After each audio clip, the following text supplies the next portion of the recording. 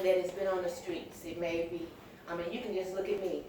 I've been on the streets for years, lost children, lost myself most of all, in and out of jail, until I went to prison for the last time and decided I do not want to live that lifestyle. But I could not find a way out. I had started to believe the lie that I was going to die on the streets, or either get into a car, take a hit of dope, and blow my heart up, or be raped and tossed out of the car and left for dead. That was the end of me. That was my life as it was then.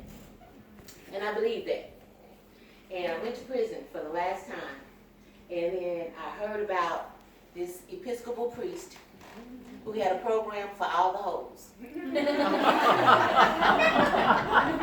And I was like, one, I ain't hoeing no more. Two, I just did 2.5 years in prison. I am not coming out with an Episcopal priest. I am not going to be in confession every day. I'm not doing that. And three, nobody's giving us a place to stay for 2 years rent-free. Who's doing that? You know, there had to be a catch. And I looked for it for 6 months after I took this chance and came into the program. I looked for it. I didn't believe Beth. I didn't believe her. I had stereotyped her. I saw a black shirt and a white collar. I saw myself in prayer every day. And I was just like, And then when I found out that it wasn't that, it was like, dang, this chick is for real. You know what I'm saying? She said to me one day, Regina, if there's a line between priest and prostitute, then it is very, very thin line. Which said to me that there wasn't probably a line, that we were the same. And she shared her pain with me, and I felt safe enough to share my pain with her. And then I said, come on, girl, let me show you where all the women at. All the girls are still out there, and they want a way out. And we didn't believe there was a way out. And so what we did was we went back to the streets first to tell all the women that I knew that was coming out of prison or that was still on the streets that I had found a way out. And it was through this hip chick that was an Episcopal priest, but she was just like, to me, the Lord, not pushing religion on nobody. I'm just saying, she was like the Lord saying, it doesn't matter what you've done, where you've been, who you've been with. Come on, just like you are. And we're going to start this process. And we're going to give you sanctuary. Like she talked about this morning. You know what I'm saying? I'm coming into a place that I got to pay $125, $150. And so what does that say? I don't got no money. I'm just coming out of prison. I'm just coming from prison, from the streets to prison. So it means if I got to get $125, the first thing that comes to my mind, I got to go turn a trick or flip a pack of dope or something and end up somewhere I don't want to be again. So she said, just take this time and decide what you want to do with your life, because guess what? You got it back. And we're going to walk with you.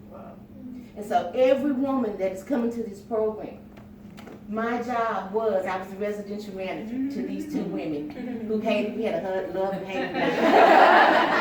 And it was okay. It was okay. You know what I'm saying?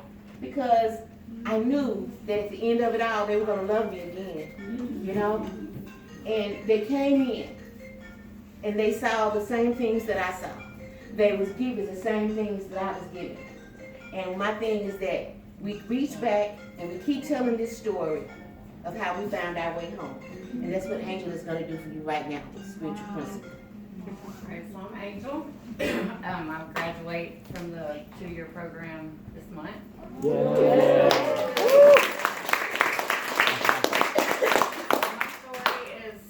Like Regina's, I had been out in the street for years and years, and not only had I accepted that that's where I was supposed to be and that I would die out there, but I was okay with it.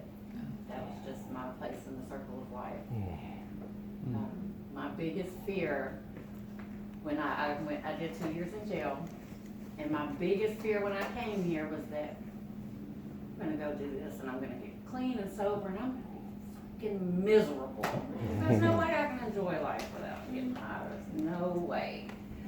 I'm going to have to work this job and I'm not going to make no money and how can I live like that? So I'm going to read this. It's Spiritual principle number 24, lead thankfully. We are grateful when we meet each other, and we want to be just as grateful when it is time to part ways, to move on, or to make a change. We walk away from each other when we need to with thanksgiving, not bitterness or resentment. When we need to part ways, there can be well wishes and prayers for God's blessing on the next part of the journey. I'm so grateful to this program. Jesus Christ is my Lord and Savior, and God saved my life. Amen. But Magdalene showed me how to live life and enjoy life. Amen. Because without this program and actually being made to do the things that they make us do, like to go-kart riding, I don't want to go go-kart riding. Or, I mean, you want to go to, I don't want to go to Kentucky Kingdom. Why? But it's like, all that, you want to go take me to an art party? Do an art party. But it was mandatory for us to do this stuff. And every single outing, whether it was fishing or skating or bowling, I had a great time. Even the times that it wasn't just a great time, that it wasn't just exceptionally fun, it was a nice experience to have. And it's things I never would have done on my own without that, without the drugs.